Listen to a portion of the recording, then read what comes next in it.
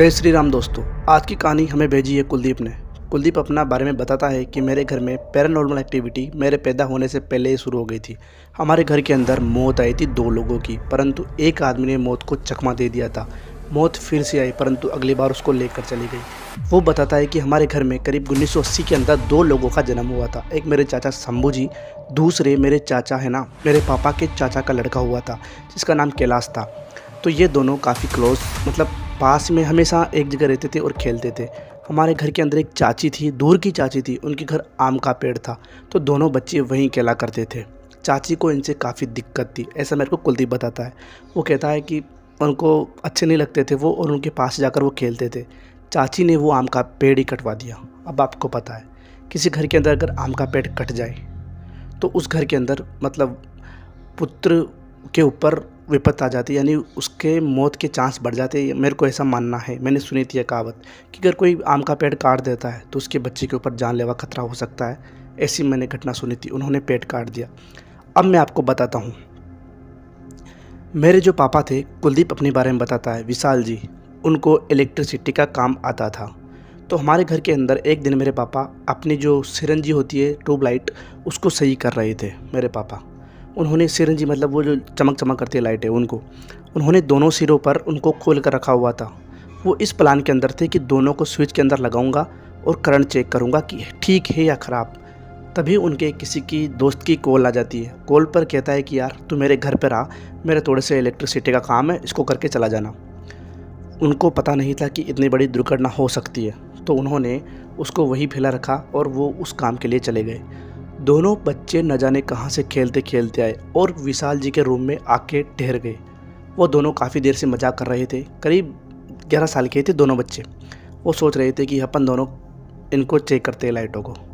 तो फिर शंभू कहता है कि एक काम करता हूँ, मैं उस स्विच के अंदर लगाऊंगा, तू भी इस दूसरे मुँह को उस स्विच के अंदर लगाना। अब दिक्कत ये थी कि दोनों सिरों पर एक तरफ तो तार अच्छे से मतलब मुड़े हुए थे, दूसरी तरफ बिखरे हुए थे। तो जो शंभू था उसने उस मुड़े हुए को पकड़ा, जो सीधा था तार उसको, और कैलाश ने दूसरे को पकड़ा जिसको मतलब मोड़ना था। तो शंभू ने डायरेक्ट टी लगा दी उसके अंदर।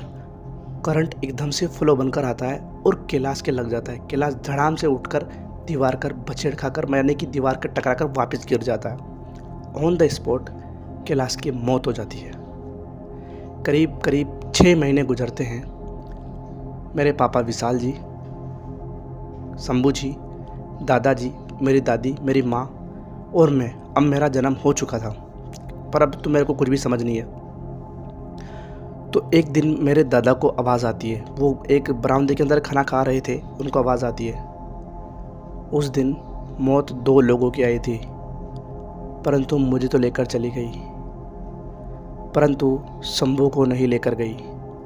अब मैं यहाँ पर अकेला हूँ, मुझे इसको लेकर जाना है। ये आवाज़ सुनकर सब दंग रह गए। दादाजी कहते हैं ये आवाज़ कैलाश की है।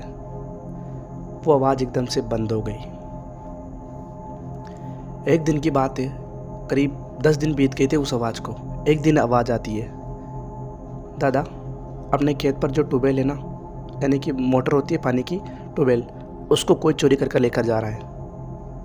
दादा ने सोचा ये कोई ना कोई चला हुआ है, अगर हम में से कोई खेत पर गया तो वो वापस नहीं आएगा, उसकी मौत पक्की है। कोई भी लोग खेत पर नहीं गए, वो घर पर ही सो गए। जब सुबह हुई तो पता चला कि मोटर गायब है। करीब करीब उन्होंने फिर नई मोटर लगवाई। करीब 10 दिन बाद फिर से आवाज़ आती है, दादा मैंने पहले भी कहा था, अब भी बोल रहा हूँ, 3 लोग हैं अपने खेत पर चोरी कर रहे हैं मोटर की। फिर से वो आवाज़ फिर से कहीं गायब हो जाती है। दादा ने सोचा यार चल कर देखता हूँ, शायद ये सच ही कह रहा है। दादा विशाल जी को लेकर 2-3 गाँव वालों को लेकर वहाँ पहुँच गए। उनको नंगे हाथ पकड़ा चोरों को, बढ़िया मालिश करी उनकी, बड़ा धुलाई करी और उनको पुलिस के हवाले कर दिया। अब समय काफ़ी बीत गया था। अब शंभू जी की शादी हो चुकी थी। शंभू जी को मतलब शादी के अंदर जो दहेज होता है उसके अंदर स्कूटर मिला था। स्कूटर चलाते थे वो अच्छे से। उनको लगा शायद सब कुछ नॉर्मल हो गया है, अब कोई दिक्कत नहीं है, क्योंकि दादाजी ने घर के अंदर पूजा पाठ करवा लिए थे अच्छे से पंडित को, और कुछ भी घटना नहीं हुई थी। करीब 5 महीने बीत गए थे, अच्छे से चल रहा था। एक दिन अब मतलब काफ़ी टाइम बीत गया था।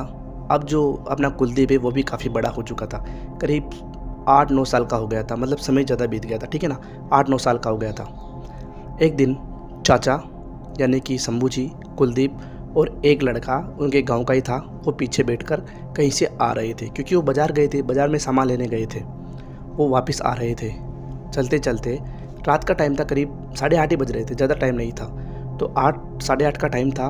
उनको लगा कि उनके आगे स्कूटर था, स्कूटर के आगे कुलदीप बैठा हुआ था, स्कूटर शंभू जी चला रहे थे, एक गाँव का आदमी पीछे बैठा हुआ था। स्कूटर चल रहा था, स्कूटर की लाइट चलते चलते एकदम बंद हो जाती है। चाचा को लगता है कि कुलदीप ऐसे मजाक कर रहा है। कुलदीप से कहते हैं, बेटा अंधेरा का मामला है तो इस लाइट की छेड़छाड़ मत कर, हम कहीं गिर जाएंगे। कुलदीप कहता है, चाचा मैंने कुछ भी नहीं करा, मैंने कुछ भी लाइट के हाथ नहीं लगाया। उसको लगा यार कैसे, क्या दिक्कत है। फिर कुलदीप कहता है, चाचा मेरे को सूसू करना है, 1 मिनट रुक जाओ। तो चाचा कहते हैं, ठीक है बेटा कर ले। वो सूसू करने उतर जाता है कुलदीप। वो आदमी उसके पीछे बैठा होता है गांव का, और वो चाचा जी बैठे हुए थे। चाचा जी को न जाने क्या सूझती है, वो सोचते हैं कि थोड़ा कुलदीप के साथ मजाक करता हूँ। तो कुलदीप इस जगह पर सूसू कर रहा है, उन्होंने थोड़ी रेस लगाई और आगे निकले उससे। कुलदीप कहता है, चाचा मेरे को भी लेकर चलो, रुको तो सही। चाचा धीरे धीरे स्पीड रेस की लगा रहे थे और वो उसके पीछे भाग रहा था। एकदम से पता नहीं क्या होता है, उसकी रेस जोर से खिंच जाती है, बहुत तेज़ गई, और वो पीछे वाला आदमी, मतलब जो स्कूटर था वो आगे से उठ जाता है। वो आदमी बिल्कुल सेफ खड़ा हो जाता है, और वो चाचा जी बहुत काफ़ी दूर तक घसते गए, मतलब गिर गए बहुत तेज। अच्छी खासी चोट आ गई थी। घर पहुँचे, घर पहुँचते ही दादाजी ने कहा, क्या हुआ था? पता नहीं, चाचा जी बताते हैं, पता नहीं क्या हुआ था, मेरे को नहीं पता, परंतु मेरे बस की बात नहीं थी, रेस का मैंने कुछ भी नहीं करा। वो गांव वाला आदमी आकर कहता है, दादाजी कुछ ना कुछ गड़बड़ है, कैलाश ने कुछ ना कुछ करा है, क्योंकि मैं पीछे बैठा था, मेरे खरोच भी नहीं आई। फिर तभी वो आदमी बोलता है, तभी आवाज़ आ जाती है कैलाश की, दादा आज भी मैं इसको लेने आया था, परंतु ये जिस जगह पर था ना, वहाँ पर माता रानी का मंदिर था, इसलिए आज तो बच गया, अगली बार इसको लेकर ही जाऊँगा, कुछ भी हो जाए। अब दादा को काफ़ी दिक्कत आ गई थी, दादा काफ़ी चिंता में पड़ गए थे, क्योंकि दादा ने घर का व्यवस्था करी थी, बाहर तो कैसे, बाहर का तो कुछ करा ही नहीं। करीब करीब 5-6 महीने और बीत गए, अभी तक कुछ भी नहीं हुआ। अब सबने सोचा यार क्या करें इसका, कुछ ना कुछ तो जल्दी करना पड़ेगा।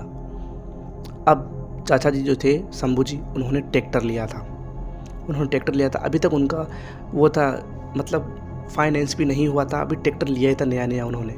तो गांव के अंदर एक दिन बारात जानी थी। अब आपको पता है गांव के अंदर बारात पहले ट्रैक्टरों के अंदर जाती है, करीब 20-25 आदमी या महिलाएं ट्रैक्टर की ट्रॉली के अंदर आ जाती है और चले जाते हैं। तो वहीं पर ही गांव के अंदर एक शादी थी। शंभू जी को साइड दी गई कि आप इसको बारात वाले स्थान पर पहुंचा देना, तो आपको अच्छी खासी रकम मिलेगी।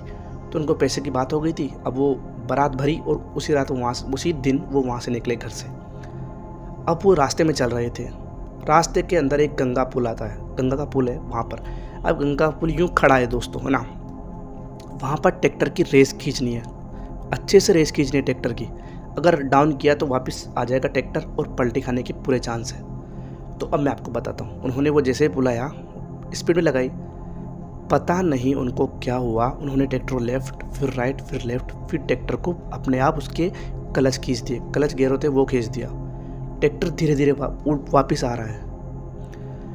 उस जगह पर हाहाकार मच गया। ट्रैक्टर के इस तरफ भी 2 आदमी बैठे थे, इस तरफ भी 2 आदमी बैठे थे, बीचों में अपना वो था शंभू जी, पीछे ट्रॉली भरी थी बारातियों की। सब कूद गए, वो आदमी भी कूद गए, इधर भी कूद गए, बचे तो सिर्फ शंभू जी।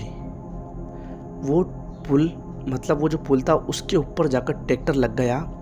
शंभू जी को पता नहीं किसने खींचा, जैसे शंभू जी इधर खींचे वो ट्रैक्टर उसके अंदर जा कूदा, उस पुलिया के अंदर। उनको घर पर लेकर आया गया। अब शंभू जी को काफ़ी चोट आ चुकी थी, शंभू जी को खींचा था किसी ने, चोट आ गई थी। शंभू जी को करीब 1 या 2 घंटे बाद होश आया था। दादाजी ने पूछा कि क्या हुआ था। फिर वो बताते हैं शंभू जी कि उस पुलिया के बीच में एक न जाने कहाँ से गाय का बच्चा आ गया था। मैंने उसको बचाने के चक्कर में इधर करा ट्रैक्टर, फिर इधर करा, फिर बैलेंस पर गिर गया। हैरानी की बात ये थी, ट्रैक्टर के इस साइड भी 2 आदमी बैठे थे, इस साइड भी 2 आदमी बैठे थे, पीछे पूरी बारातियों की गाड़ी भरी थी। किसी को भी बच्चा नहीं दिखाई दिया, वो मतलब गाय का बच्चा दिखाई नहीं दिया। फिर कहते हैं कि तू किसने खींचा था, मतलब दादाजी ने पूछा उससे कि तेरे को किसने खींचा। तो फिर वो कहते हैं कौन, शंभू जी, कि इधर से न जाने कहाँ से एक पंडित जी आ रहे थे। पंडित जी ने मेरे को ज़ोर से खींचा, अगर पंडित जी नहीं होते तो मैं भी ट्रैक्टर के साथ नीचे जाता। जैसे उनकी बात ख़त्म होती है फिर से आवाज़ आती है कैलाश की, आज भी मैं इसको लेने आया था, परंतु तुम इसको ज़्यादा दिनों तक बचा नहीं पाओगे। फिर से उस पंडित जी की वजह से इसको बचा लिया गया, वरना आज ये ट्रैक्टर के साथ ही पुलिया के नीचे जाता। अब दिक्कत आ गई थी दादाजी को कि अब करे तो करे क्या। अब अपना जो लड़का था कौन, कुलदीप, वो भी काफ़ी बड़ा हो चुका था। करीब 3-4 साल बीत गए। कुलदीप के पापा विशाल जी की डेथ हो चुकी थी। उनको कोई लफड़ा नहीं था ऐसा, उनकी डेथ हो चुकी थी। अब कुलदीप काफ़ी बड़ा हो गया था। चाचा जी काफ़ी अच्छे चल रहे थे, करीब 5-6 साल गुजर गए। एक दिन, अब आवाज़ कुछ भी नहीं आती किसी को, ठीक है। एक दिन चाचा जी ऐसे बैठे थे और उनको सुसु आया। वो सुसु करने गए तो उनको सुसु नहीं आया, यानी कि उनको जो सुसु था वो रुक गया। वो डॉक्टर के तुरंत वहाँ पर पहुँचे। डॉक्टर का दिमाग ख़राब हो गया क्योंकि उनकी एक किडनी फेल हो चुकी थी। सारे परेशान हो गए, दादाजी, कुलदीप, सभी, कि ये क्या हो रहा है, कि किडनी फेल हुई तो हुई कैसे। डॉक्टर ने कहा कि चिंता मत करो, क्योंकि उनके आसपास के जो लोग थे कि आप कैसे भी करके शंभू जी को बचा लो, हम किडनी की व्यवस्था करेंगे, आप कितना भी मतलब एडजस्ट करो। डॉक्टर कहते हैं आप चिंता मत करो, एक किडनी पर भी आदमी जी सकता है आराम से। तो उन्होंने कहा ठीक है। तो उन्होंने काफ़ी करीब 3 महीने गुजारे, अच्छे से उनकी व्यवस्था करी, क्योंकि डॉक्टर ने कहा था कि इनकी जो किडनी फेल हुई है, ख़राब हुई है, उसकी रिकवरी के लिए इनको अच्छे से फ्रूट खिलाओ, इनकी अच्छे से सेवा करो। ठीक है। 3 महीने बीत गए। 3 महीने तक कुछ भी दिक्कत नहीं हुई।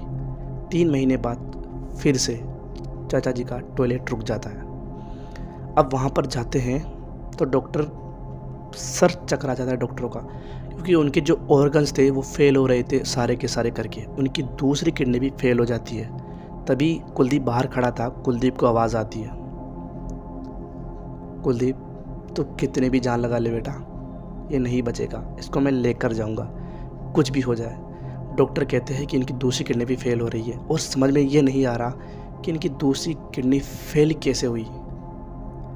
अब चाचा जी ने हाथ खड़े कर दिए थे, यानी कि शंभू जी ने, कि आप मेरी जितनी सेवा करो वो कर लो, अब मेरे किडनी की कोई ज़रूरत नहीं है व्यवस्था करने की, मैं इसके साथ चला जाऊंगा, इसको काफ़ी दिन हो गए हैं, अब मैं इसके साथ चला जाऊंगा, मैं जाने की भीख नहीं मांगूंगा, मेरी वजह से आपको काफ़ी तकलीफ़ हो रही है पिताजी, सभी को, आप तो मेरी सेवा कर लो जितना भी हो सके उतना। करीब 3 दिन बाद चाचा जी का देहांत हो जाता है।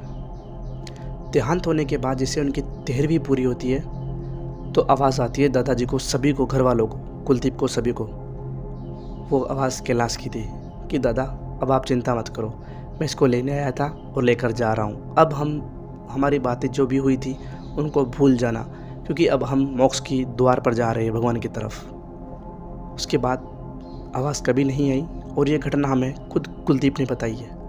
दोस्तों, अब मैं आपसे एक रिक्वेस्ट करता हूँ, अगर आपके पास भी कोई ऐसी कहानी है तो आज मैं अपने डिस्क्रिप्शन के अंदर इंस्टाग्राम का लिंक बताऊँगा, लिंक डाल दूँगा, आप अपनी वहाँ पर स्टोरी लिख सकते हो, वॉइस रिकॉर्ड करके भेज सकते हो, और क्या पता आपकी कहानी कल इस वीडियो के रूप से आ जाए। अगर वीडियो अच्छी लगी हो तो वीडियो को लाइक कर दे, चैनल को सब्सक्राइब कर दे। मिलता हूँ आपसे अगली कहानी में, तब तक के लिए बाय बाय।